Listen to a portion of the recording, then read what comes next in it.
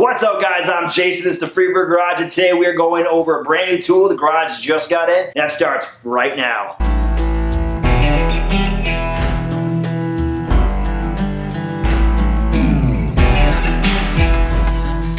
All right, guys, here it is. We've been waiting for, myself been waiting for this moment for a long time to have in this garage, and it is a Harbor Freight motorcycle lift.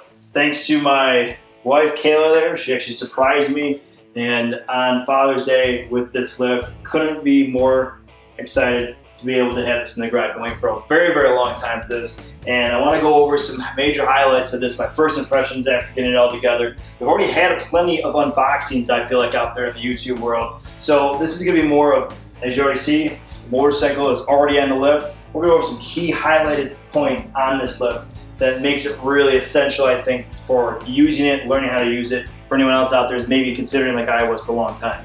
So when you get everything all unboxed, everything's all done, you're all set up, you got everything installed, and you want to get your bike on the lift, of course you need to make sure the ramp is on there, and it's pretty standard. There's the metal, everything's been reinforced behind here. I'll show this too. They made a good job for the weight of it, that it's not going to flex, it's not going to be flimsy for you. It's pretty sturdy. I'm pretty impressed for what the price is and what you get for the metal and reinforcing. It's pretty nice. So you would strap this on essentially right to the back.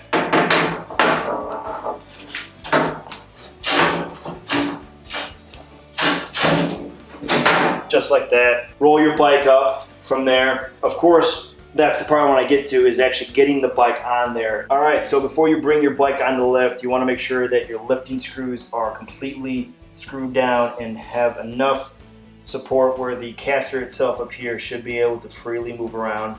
What that does is that saves your lift from scooting forward as you push the bike on, or it's going to make sure that your front end doesn't nosedive. That supports it real nice. Now, in my first impressions of those lifting screws and support for the bike, didn't think it was gonna work as well as it did, and it works just fine. I really like them. They're super simple to use. You screw them on obviously by hand, and they support very nicely. I don't have any less confidence in this bike when I walk away from it, because I'm paranoid about that kind of stuff to make sure that it's very safely secured and that nothing happens, because it can be obviously a very costly mistake if you decide to not put that down. The bike comes on the lift, darts forward, or what falls down, and it's just nightmare. So they are, for what they are, real nice lifting screws and really supports well on the bike. And to note, casters. A lot of lifts out there, as far as what I could spot, to bring into your garage, don't have casters like that. I'm sure you can obviously put them on lifts out there.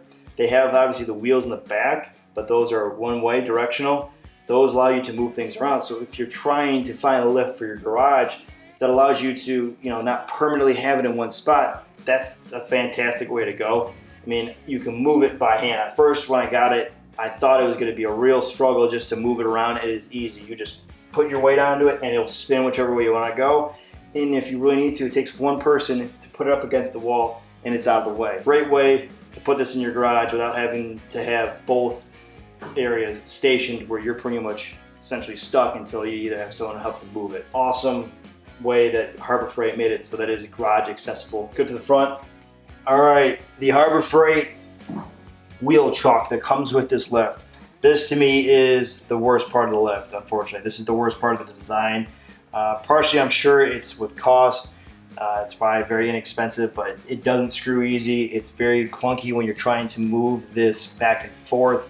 If you bring your motorcycle onto this lift and you're trying to maneuver this, it does not want to move nice and smooth. You gotta like force the hand below here to get this thing to move back and forth to be able to get the right position for your tire, and it's a big pain. You gotta make sure this set nut too is at the proper distance as well. Not safe to do by yourself if you've never done it before, where you essentially, if you are doing it by yourself, have your hand up on your handle here and you're leaning down, tightening this, and there just isn't enough confidence if you haven't done it before to be able to do that. So you really want to have two people on your first time, or as you get used to doing them, to be able to lock it down.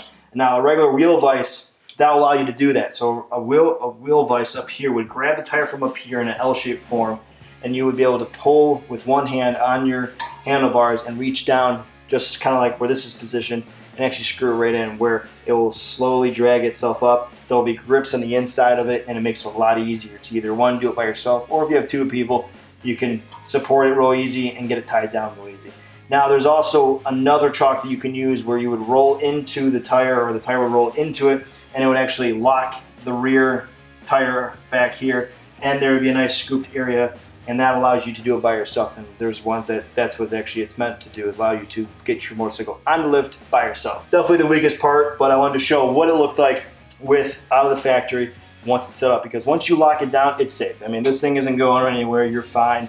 You lock it down, it's very sturdy. You can do plenty of work on your bike as it is out of the box. So let's get on to the actual lifting the bike up and go from there. Coming into the lifting portion of the actual bike and lift itself, we're gonna pump here, lift it up, and a release on the other side. And then you of course have to remove the back ramp itself. If you don't, and you're just gonna hear a lot of bang as it goes up, and eventually it'll fall off. So we're gonna remove that now and pump it up.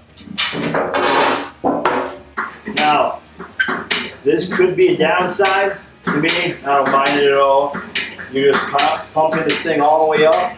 If you're in a shop, I'm sure this is going to be a big downside, because you could be doing a lot of bikes back and forth, and time is of the essence.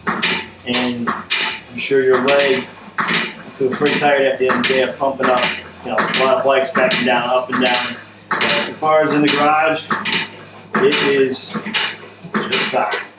So we're going to pump this thing all the way up. Alright, we got the lift fully extended up. This is as tall as it goes, where you need to make sure that you do the next portion of it, which is the support bar. So you fully extend it up, and you want to make sure this bar gets slid right into here. Now you can either leave it the way it is, or what I recommend, and so does the manual, is that you're going to slowly release the lift back down onto that bar. Let's do that now here. And you'll feel it stop. Shouldn't make any noise. To just sit right on those rebars below and have it fully supported.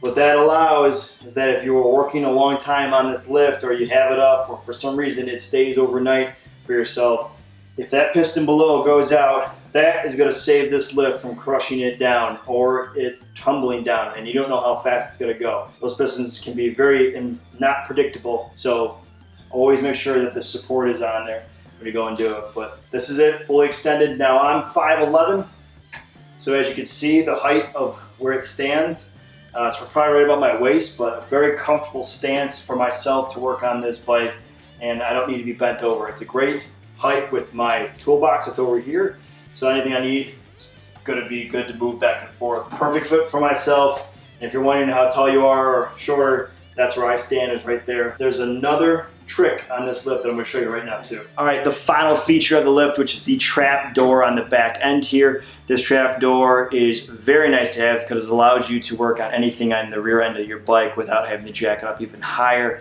What this does is that once this is removed, you can remove your shocks, you can drop your tire down, and everything just floats down here, or pick it up as you need be. But in order to get that to work, you have to have a scissor jack in front of it, right above the tire here, in order to just pivot the back end up just a little bit, and then you can remove the trap door. The current setup on this lift does not allow you to do that, so you have to have that scissor jack. Most lifts that you buy don't just come with them. I mean, maybe in packages, but they won't have them, so you kind of have to get that with a lift as well. But once that's done, obviously you can work on your tire a lot easier than jacking it way up on a lift that wouldn't have one of these. You would lift it even higher up so you can have clearance to remove the tire out and then work on it from there.